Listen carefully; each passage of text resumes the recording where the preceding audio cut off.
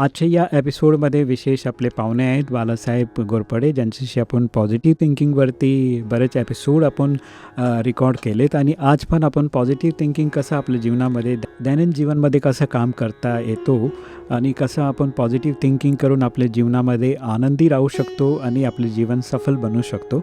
फारच सुंदर आजच्या एपिसोडमध्ये आपल्याला आनंद वाटणार की आपण नवीन काहीतरी ऐकायला मिळेल आणि शिकायलाही मिळेल आपल्याला. तर बालासाहेब घोरपडे यांचं खूप खूप स्वागत आहे. धन्यवाद. धन्यवाद. नमस्कार, कसे आहेत तुम्ही? नमस्कार, खूप छान. हां बालासाहेब, एक प्रश्न असा आहे म्हणजे काय, आपल्यामध्ये कोणते गुण आणि कमी आहेत हे कसं आपण समजू शकणार? हां, खूप छान हे तुम्ही प्रश्न विचारला. कारण आपण बघतो की बहुतांश लोक की आपल्याकडं स्वतःकडं बघण्याचा जो आपला चष्मा आहे हा खूप कमजोर आहे आणि दुसऱ्याकडं बघण्याचा जो आपला दूरदृष्टीपणा आहे तो खूप वाढलेला आहे. अच्छा अच्छा अच्छा. हां, म्हणून पहिला प्रश्न हाच आपण जो आज घेतला आहे किंवा विचारला, तर श्रोत्याला निश्चित याच्यामध्ये एक स्वतःचं ऑब्झर्वेशन करायला मिळेल की आपल्यामध्ये जन्मजात आपले जे आईवडिलांचे जे संस्कार आहे प्रत्येक मुलामध्ये असतात आणि आपल्यामध्ये कोणती तरी अशी एक कमी असते की ज्या कमीमुळं आपण जीवनात पुढं जात नाही किंवा वारंवार जीवनामध्ये अडथळे होतात. आता सांगायचं म्हणजे की गुण आहेत हे आपण कसं ओळखायचं आपल्यामध्ये, तर आपण बघतो की आपल्या घरामध्ये जे फोटो लावलेले आहेत प्रत्येकाच्या घरामध्ये, पहिल्या प्रथम तर आपण बघितलं की आपले जे गेलेले आहेत पूर्वज त्यांचे फोटो लावलेले आहेत. त्याच्यानंतर जे महान विभूती आपल्या विश्वामध्ये भारतामध्ये झालेले आहेत त्यांचे पण फोटो आहेत. त्याच्यानंतर देवी देवतांचे फोटो पण घरामध्ये लावलेले आहेत. आणि आजकाल एक वेळेची एक परिवर्तन म्हणा किंवा ह्या पिढीमध्ये जो आलेला बदलाव आहे, तर मुलांनी याच्यानंतर आता हिरो आणि हिरोईनचे फोटो लावलेत. म्हणजे पॉकेटमध्ये ठेवतात किंवा रिक्षाला आपण जाताना बघतो की रिक्षाच्या मागं पण हिरो आणि हिरोईनचे फोटो लावलेले आहेत. तर वास्तविक याच्या मागलं हे पर्पज होतं की आपण ह्या लोकांना फॉलो करण्यासाठी ही त्यांचे फोटो लावलेले आहेत. मग बहुतांश आजची जी पिढी आहे ती फॉलो कोणाला करते? आजचे जे हिरो आणि हिरोईन आहे की ज्यांचा जो रोल आहे तो फक्त एक थिएटरमध्ये असतो. वास्तविक त्यांचं जे लाईफ आहे हे खूप काही वेगळं असतं आणि त्यांची जी अलग भूमिका आहे ती वेगळी असते. परंतु आपण जर गुणांना जर फॉलो करायचं असेल जीवनामध्ये, तर जे काही आपल्या भारतभूमीवर देवी देवता होऊन गेलेले फर्स्ट, की त्या देवी देवतांमध्ये कोणते गुण होते आणि ते गुण माझ्यामध्ये पण आहे आणि त्या गुणांना जर आपण पुन्हा जर ज्याला आपण म्हणतो आपल्या जीवनामध्ये आपल्या कार्यव्यवहारामध्ये जर आणलं, तर निश्चित ऑटोमॅटिक आपलं जे जीवन आहे आणि त्या गुणामध्ये विशेष एक रिस्पेक्ट ज्याला आपण म्हणतो की दुसऱ्यांना सन्मान देणं, दुसऱ्यांचा आदर करणं, दुसऱ्यांचा सहयोग दुसऱ्यांना देणं, नेहमी खरं बोलणं, कारण हे गुण आपल्याला जन्मजात आईवडिलांकडून आणि शिक्षकांकडून मिळालेले आहेत. परंतु चालता चालता चालता आपण हे जे गुण आहे ह्या मूल्यांना आपण विसरून जातो आणि ज्या वेळेला आपल्याला बाहेरची संगत लागते, ज्याला कुसंग आपण म्हणतो, त्या संगतीमध्ये आपले मूल्यांचा ऱ्हास होतो जीवनामध्ये आणि कमी आपल्या जीवनामध्ये गुणांची जी जागा आहे ते कमी घेते. म्हणजे कसं की जसं दुसऱ्यांच्या खोडी करणं, विनाकारण दुसऱ्यांना त्रास देणं, वास्तविक हे आपले गुण नाही आहेत. याच्यापासून दुसऱ्यांना त्रास होतो, आपल्यालाही त्रास होतो हे माहीत असूनही ज्या वेळेला आपण काहीतरी एका संघामध्ये मुलांच्या गुंतलं जातो. आजकाल आपण जर बघितलं, आम्ही राजस्थानमध्ये विशेष ज्या वेळेला एकदा रॅलीला गेलो होतो आणि व्यसनमुक्तीची ती रॅली होती 15-1 वर्षापूर्वीची गोष्ट. तर बघितलं की मुलांना ज्या वेळेला आम्ही व्यसनमुक्तीसाठी उभं केलं, तर अक्षरशः एक 4थीचा मुलगा, त्याच्यानंतर एक 7वीचा मुलगा, की त्यांना विचारलं तुमच्यामध्ये व्यसन कोण करतंय, तर त्यांनी हात इमानदारीनं वरती केला. तर अक्षरशः 7वीचा मुलगा, त्याला ज्या वेळेला समोर बोलवलं तर तो म्हटला की सर मी गुटखा खातोय. हां, हां, हां. आणि त्या गुटखा खाण्याची सवय त्याला अशी लागली होती की त्याचा गाल जो आहे तो खराब झाला होता, हं, हं, दात हं. किडला होता. मग त्याला विचारलं की तुला सवय कशी लागली, तर विशेष बघा की त्यानं इतकं काही सर्वांसमोर हिमतीने सांगितलं की आमचे जे सर आहे तेच आम्हाला गुटखा आणायला सांगायचे. अच्छा, अच्छा, अच्छा. सर आम्हाला सांगायचे आणि मग असे या सवयीमुळं जर सरच खातात तर आपण खाल्लं तर काय हरकत आहे, म्हणून त्याची टेस्ट घेतली, ते चांगलं वाटायला लागलं. आणि म्हणून आम्हाला लपून खाण्याची, आईवडिलांना, शिक्षकांच्या विरहित खाण्याची ती सवय लागली आणि त्याचा हा परिणाम आहे. म्हणून ही खूप सेन्सरी गोष्ट आहे की एक आपण ह्या गोष्टीला खूप गहिराईनं किंवा एक याचा विचार केला पाहिजे की कसं गंभीरतेने आईवडिलांना विचार गंभीरतेने विचार केला पाहिजे की कसं की छोटेसे मुलं आईवडिलांची कॉपी करतात, शिक्षकांची कॉपी करतात आणि त्याच्यामध्ये जर गुण असले, आपण जर त्यांच्यासमोर गुणांचं जर प्रदर्शन केलं तर निश्चित ते पण आपल्या जीवनामध्ये गुणांना धारण करतील. हं, हं. आणि त्यांच्यासमोर जर आपण गुटखा म्हणा, बिडी म्हणा, सिगरेट म्हणा हं, हं. किंवा दारू म्हणा, हो, आजकाल त्याचं असे काही प्रदर्शन केलं तर ते शिकतील. ते शिकतील. म्हणजे आजची जी पिढी आपण बघतो की ह्या ज्या स्तराला आज आलेली, याच्या मागं आपले शिक्षक, आपले जे पूर्वज, आई वडील हे सर्व जिम्मेवार आहे आणि ती जिम्मेवारी त्यांनी स्वीकारली पाहिजे की मी फक्त मुलांना दोष देता कामा नये, परंतु मला पण कुठेतरी बदललं पाहिजे. हं, हं, हं. कारण जर एखाद्याकडून जर वाईट सवयी जर आपल्याला त्याला दूर करायचं आहे तर पहिलं ती गोष्ट माझ्यामध्ये नको आहे हं, हं, हं. तर मी त्याला सांगू शकतो. तुम्ही एक्झाम्पल पण ऐकलं असेल की एकदा एक माता आपल्या मुलाला तो खूप गूळ खायचा आणि ती माताजी महात्माजीकडे घेऊन गेली. तर महात्माजीने सांगितलं की असं कर. तिने ती कंप्लेंट केली की हा खूपच गूळ खातो आणि ऐकत नाही, याला आजार होऊ शकतो. हं, हं, हं. तर महात्माजीने सांगितलं की तू असं कर की 2 दिवसांना किंवा 8 दिवसांना माझ्याकडे याला घेऊन ये. हं, हं, हं. तर ज्या वेळेला 8 दिवसांना ती माताजी घेऊन गेली महात्माजींकडे, तर महात्माजींनी सांगितलं की बेटा जवळ घेतला आणि समजून सांगितलं की तू आजपासून गूळ नको खाऊ. तर ती जी आई आहे त्याला आईला वंडर वाटलं की आता हीच गोष्ट 8 दिवसापूर्वी मी महात्माजी सांगू शकत होते. महात्माजींना विचारलं की महात्माजी ही गोष्ट तुम्ही 8 दिवसापूर्वी पण सांगू शकत होते, तर ती आज सांगितली. मग 8 दिवस त्याच्यामध्ये गॅप गेला. तर त्यावेळेला महात्माजीने सांगितले की 8 दिवसापूर्वी मीच गूळ खात होतो, त्यावेळेला जर सांगितलं असतं तर त्याच्यावर काही परिणाम नसता झाला, परंतु मी सोडला आहे तर आता निश्चित तो पण सोडेल. म्हणजे म्हणण्याचं तात्पर्य आपल्यामध्ये हे गुण जन्मजात आत्म्यामध्ये, ते संस्कारामध्ये आहेच. आता त्याला आपण फक्त व्यवहारामध्ये फॉलोअप घ्यायचा आहे.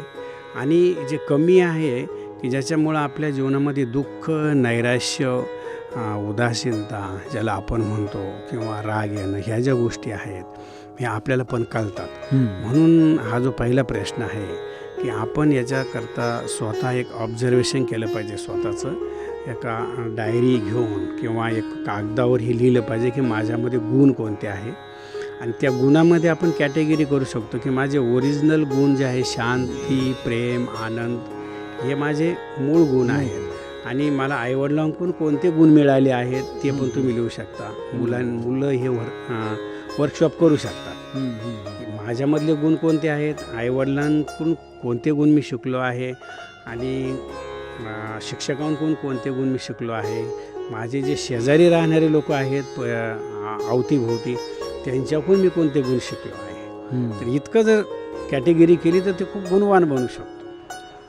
बालासाहेब, फारच सुंदर विचार तुम्ही व्यक्त केला. आशा व्यक्त करतो आपल्या मित्रांनाही आनंद वाटत असेल की आपल्या जीवनामध्ये आपण व्यवहारामध्ये जेव्हा येतो तेव्हा आपले गुण आणि कमी दोन्हीही दिसतात आणि त्याचा परिणाम आपण पालक असलं तर मुलांबरोबर आणि शिक्षक असेल तर जे विद्यार्थी आहे त्यांच्यावर पडतोच. आणि तुम्ही चांगलं उदाहरण दिलं की एक मुलगाला गुटख्याची जी सवय लागली, कसं त्याला सवय लागली त्याच्या त्यांनी स्पष्टपणे सांगितलं आणि त्याच्यानंतर तुमच्या लक्षात आलं की हे जे कमी आणि गुण आपल्या जीवनामध्ये असतो त्याला कुठे आपण प्रदर्शन करायचं आणि कुठे नाही करायचं हे आपण आज या चर्चामध्ये आपण समजू शकतो की आपल्या जीवनामध्ये दोन्ही गुण असतात, पण दोन्हीचा तात्पर्य हे आहे की आपण कसं त्याला बॅलन्स करता येईल. आणि गुण आणि कमी ह्या दोघांचाही लिस्ट आपल्याकडे असेल तर आपण त्याच्या बॅलन्स करतो. आपल्याला माहितीच नाही की माझा हा शक्ती आहे, हा माझा अवगुण आहे, हे आपल्याला माहितीच नसेल तर आपण त्याचा बॅलन्स हे करता येणार नाही. आपल्याला वेगळंच आपलं चारित्र्य निर्माण होईल त्याच्याने आणि आपण लोकांसमोर एक पॉझिटिव्ह थिंकिंगचा आणि एक पॉझिटिव्ह दृष्टिकोन आपण लोकांना देऊ शकतो. जीवनामध्ये बरेच काही गोष्टी आपण इच्छा करतो, प्राप्त करण्यासाठी मेहनत करतो. तर आपल्या जीवनामध्ये काय प्राप्त करण्याची इच्छा असते? हा खूप तुम्ही जो प्रश्न विचारला हो. याची खूप गहिराई आहे. हां हां. कारण आपण बघतो की सकाळी उठल्यापासून संध्याकाळपर्यंत जर सिटीमध्ये समजा आपल्या पुण्यामध्येच तुम्ही बघा की प्रत्येक व्यक्ती धावतोय. हो हो. हा एक प्रकृतीचा नियम म्हणा की प्राणी पण जर सकाळी सकाळी आपण बघितलं तर ज्यावेळेला सूर्य उगवतो तर एक समजा हिरण आहे, तर हिरण बघतं की मला आज दिवसभर काहीतरी शिकार मिळायला पाहिजे आणि त्या शिकारीसाठी काहीतरी खायला पाहिजे, घास पाहिजे, जे त्याला आवश्यक असतं आणि तो आपला जीव वाचवत ते आपलं जे भोजनासाठी तो सकाळी निघतो आणि मनामध्ये सदैव त्याची ही एक चिंता असते की कुठं चुकून मी वाघाच्या याच्यात नको सापडायला, म्हणून एकीकडं तो ते पण बघतो की मला पोट पण भरायचं आणि शत्रूपासून राहायचं. दुसरीकडं वाघ पण सकाळी सकाळीच विचार हा करतो की मला आज काहीतरी शिकार मिळायला पाहिजे आणि जर मी त्याच्यासाठी धावपळ नाही केली तर मी भुका राहील, म्हणून तो पण काय करतो, शिकार शोधण्यासाठी बाहेर निघतो. मग आता आपण जर ही सिच्युएशन जर बघितली तर प्रत्येकाचं जे जीवनाचं लक्ष आहे की मला काहीतरी प्राप्त करायचं आहे. मग हे प्राण्यांपासून याची सुरुवात होते. तर मनुष्य प्राणी हा पण एक बुद्धिजीवी प्राणी आहे आणि प्रत्येकाला हे माहिती आहे की जोपर्यंत आपण काही हालचाल करत नाही, धावपळ करत नाही, आपली बुद्धी आपण वापरत नाही, तोपर्यंत आपल्याला काही मिळणार नाही. म्हणून आपण काय करतो की सकाळपासून संध्याकाळपर्यंत आपली जी धावपळ असते ती हीच असते की मला काहीतरी जीवनामध्ये प्राप्त करायचं. पण प्रत्येकानं एक गोष्ट आपल्या जीवनामध्ये विचारली पाहिजे आणि ती गोष्ट अशी आहे की नेमकं मला काय पाहिजे जीवनामध्ये. मी धावतोय, पळतोय, चालतोय, लोकांची गर्दी आहे, गर्दीतून मी पुढं चाललो आहे, तर नेमकं माझ्या जीवनाचं पर्पज काय आहे. आता काही लोकांचं जे पर्पज आहे आपण जर ऑब्झर्वेशन केलं तर पुढं कॉम्पिटिशन असते, त्याला त्याच्यात नंबर 1 घ्यायचा असतो, किंवा काही लोक आहेत की जे आपल्या जॉबमध्ये त्यांना वेळेवर पोहोचायचं असतं. काहींचं हे असतं की एका महिन्याचं जे पेमेंट आहे त्या पेमेंटपेक्षा मला ओव्हरटाईम करून, कारण जे काही मी प्राप्त करतो त्याच्यामध्ये माझं परिवाराचं होत नाही म्हणून मला ओव्हरटाईम करायचं आहे. म्हणजे एक आपण जर बघितलं तर धावपळ खूप आहे. मग जे काही मी प्राप्त करतोय ते पर्याप्त आहे का हे प्रत्येकानं विचारायला पाहिजे. कारण जे माझ्याकडं प्राप्त आहे ते जर पर्याप्त नाही आहे तर जीवनामधल्या ह्या ज्या इच्छा आहे ह्या इच्छा वाढत जातात आणि त्याच्या जीवनामध्ये कधीही प्राप्ती होत नाही किंवा तो संतुष्ट होत नाही. कारण जीवनात सर्वात मोठं सर्टिफिकेट ते आहे की जो संतुष्ट आहे त्याला जीवनात सर्व काही आहे. मग जर संतुष्टता हे जर आपण बघितले तर जे काही आहे त्याचं पहिलं आपण ऑब्झर्वेशन करायला पाहिजे. जे काही तुझ्याकडं आहे त्याचा तू विनियोग किती करतोय हे प्रत्येकानं विचारायला पाहिजे. आणि आज आपण जर बघितलं प्रत्येक महिला किंवा जे परिवारामधले जे लोक आहेत त्यांच्याकडे ज्या वस्तू आहे त्याचा उपयोग खूप काही कमी करतात लोक. परंतु जे नाही आहे ते मला प्राप्त करायचं आहे आणि त्याच्यामागं खूप काही म्हणजे आपली भागदौड आहे. तर पहिलं जे काही आहे ते पर्याप्त आहे आणि त्याच्यात मी खुश आहे हे जर आपण आपल्या मनाला जर विचारलं तर आपली जर पॉझिटिव्हिटी जर आपण वाढवली तर निश्चित याच्यामधून एक रस्ता हा निघू शकतो की मी आत्तापर्यंत जे काही कमावलं आहे तर ते मला पर्याप्त आहे. आणि समजा जर जसं एकदा म्हटलं जातं की एका व्यक्तीनं एक मुनीमजी होते आणि ते जे मुनीमजी हे एका दुकानावर काम करत होते तर तो खूप मोठा व्यापारी होता. तर त्या व्यापारीनं एक दिवस त्या मुनीमजीला बोलवलं आणि बोलून प्रश्न विचारलं की आत्तापर्यंत आपल्याकडं किती जमा आहे, किती प्राप्त आहे, किती धन दौलत प्राप्त आहे. तर मुनीमजीने सांगितलं की ठीक आहे, मी उद्या तुम्हाला सर्व हिशोब करून सांगतो की किती आपल्याकडं प्राप्त आहे. तर दुसऱ्या दिवशी ज्यावेळेला मुनीमजी आले आणि ते जे मोठे शेठ आहे त्यांना सांगितलं की शेठजी, आपल्याकडं इतकं काही प्राप्त आहे की संपत्ती. 21 पिढी तुमची आरामशीर खाऊ शकते, एवढी संपत्ती आहे. एवढी संपत्ती आपल्याकडे जमा आहे. तर एकदम हे ऐकल्यानंतर व्यापारीला चेहऱ्यावर आनंद होण्याऐवजी एकदम नाराजगी झाली. तर मुनीमजीनं कहा की शेठजी, ही तर खूप खुशीची गोष्ट आहे आणि तुमच्या चेहऱ्यावर चिंता, हे कसं काय?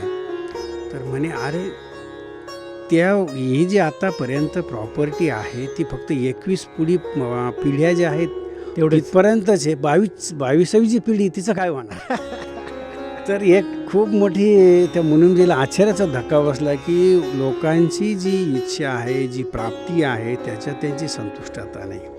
की आज 21 पिढी जर तुम्ही कमवून ठेवलेले आहे, परंतु चिंता ही की आता मग 21 पिढी यांनी हे खाल्यानंतर 22व्या पिढीचं काय होईल? मग तुमच्या जर इतक्या जर अनंत इच्छा आहे तर तुम्ही जीवनामध्ये कधी संतुष्ट नाही होणार. होऊ शकत नाही. म्हणजे आपण आपल्या जीवनामध्ये पहिलं हे शिकलं पाहिजे की मी माझं जे व्यवस्थापन आहे मनाचं, ते पहिलं करणं गरजेचं आहे. कारण बहुतांश लोकांचं जे ध्यान आहे ते बाहेरच्या दुनियामध्ये कन्वर्ट झालेलं आहे. स्वतःचं काहीच व्यवस्थापन नाही. आणि जोपर्यंत तो स्वतःचं मनाचं व्यवस्थापन करत नाही की नेमकं मला पर्याप्त माझ्या जीवनासाठी स्वतःसाठी मला किती पाहिजे किंवा परिवारासाठी किती पाहिजे, मेजॉरिटी जर आज आपण बघितलं तर तेवढं प्रत्येकाला आहे. कारण म्हटलं जातं की ज्यावेळेला ईश्वर तुम्हाला पाठवतो त्यावेळेला अन्न, वस्त्र, निवारा ह्या मूलभूत ज्या गरजा आहे त्या प्रत्येकाच्या पूर्ण होतात. परंतु आज आपण बघतो की प्रत्येकाचं असं झालं आहे की पोट तर भरतं, परंतु पेटी भरण्यामागं ज्या वेळेला व्यक्ती लागतो तर त्यावेळेला बाकीचे जे हे त्रास आहेत हे त्रास सुरू होतात. आणि त्याचाच परिणाम आज जर आपण बघितलं, मेजॉरिटी आज लोकांना जे आजार झालेले आहेत त्याच्यामागं हेच कारण आहे की प्राप्ती असूनही त्यात ते पर्याप्त खुश नाही आहेत, संतुष्ट नाही आहे. परंतु मला अजून पाहिजे. 10 लाख आहेत परंतु 20 कसे होतील, कारण ती चिंता आहे की माझे जे मुलं आहे. म्हणजे आपण ह्या ज्या इच्छा आहे किंवा ह्या ज्या चिंता आहे याच्यामुळं शरीराला पण त्रास करून घेतो.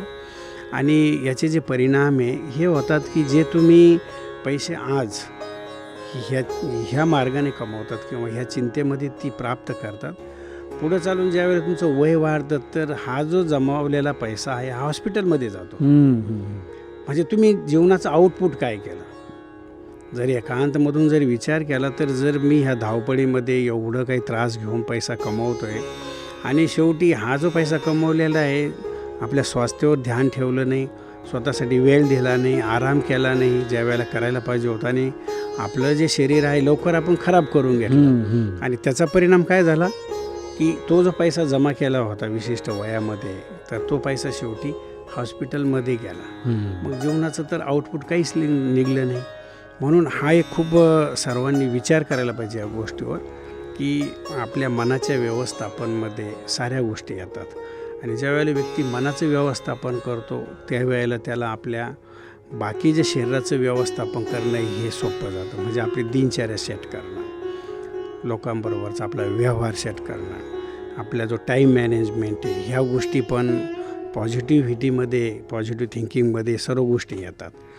तर म्हणून सर्वांनी हा पहिला प्रश्न आपल्याला सकाळी विचारला पाहिजे की जे काही मी प्राप्त करू इच्छितो आहे जीवनामध्ये ते मला प्राप्त आहे, पर्याप्त आहे, या मी इच्छानुसार किंवा माझ्या इच्छा आहेत त्याच्यानुसार मी प्राप्ती करायला बघतो. तर याच्यावर खूप डिपेंड आहे. आणि मग ज्या वेळेला इच्छा म्हणून तुम्ही जर तो व्यवहार करत असाल तर तुम्हाला निश्चित पूर्ण होणार नाही आणि त्याच्या रिटर्नमध्ये तुम्हाला निश्चित दुःखच. फारच सुंदर एक्सपिरियन्स आपण शेअर केलेत आणि मला वाटतं आपल्या मित्रांनाही समजून आलं असेल की आपल्या जीवनामध्ये जे काय आहे आपल्याकडे ईश्वराने दिलेलं त्याच्यामध्ये आपल्याला संतुष्ट राहायला पाहिजे आणि मेहनत करायला पाहिजे जे आपल्याला गरजेसाठी आहे. परंतु इच्छासाठी आपण मेहनत करतो तर त्याच्या इच्छा कधीही पूर्ण होत नाही. असं म्हणतात, गर्ज सबकी पूरी हो जाती है लेकिन इच्छाएं किसी की भी पूरी नहीं होती है. आप चाहे राजा हो या रंक हो, इच्छाएं सबकी अधूरी हो जाती हैं. अगर आप राजा है या भिखारी है, सबकी जो ज़रूरत है उसे पूरा करने के लिए ईश्वर बंधा हुआ है. म्हणजे ईश्वर आपल्याला जे आपल्याला गरजेचे वस्तू आहेत आपला पोट पाणीसाठी ते देण्यासाठी बांधलेलं आहे, परंतु इच्छासाठी चाहे राजा असो रंक असो त्याच्या कधीही पूर्ण होणार नाही. म्हणून इच्छांना आपण कमी करता येईल, त्याला आपण कुठेतरी आला घालता येईल आणि त्याच्यासाठी आपण आपल्या जीवनामध्ये संतोषजनक जे जीवन बालासाहेबांनी म्हटलं की संतोष पाहिजे तर जीवनामध्ये इच्छांना आपल्याला ब्रेक द्यायला लागेल, तेव्हाच आपण आपल्या जीवनामध्ये संतोष अनुभव करू शकतो. म्हणून दुःखापासून मुक्त होण्यासाठी इच्छांना ब्रेक द्या आणि जे पण आपल्याला दिलं आहे त्याच्यासाठी आपण ईश्वराचा धन्यवाद करून आपलं जीवन व्यतीत केलं तर आपलं जीवन फारच सुंदर आणि आनंदमय होईल आणि दुसऱ्यांशी आपला व्यवहार पण चांगला असेल.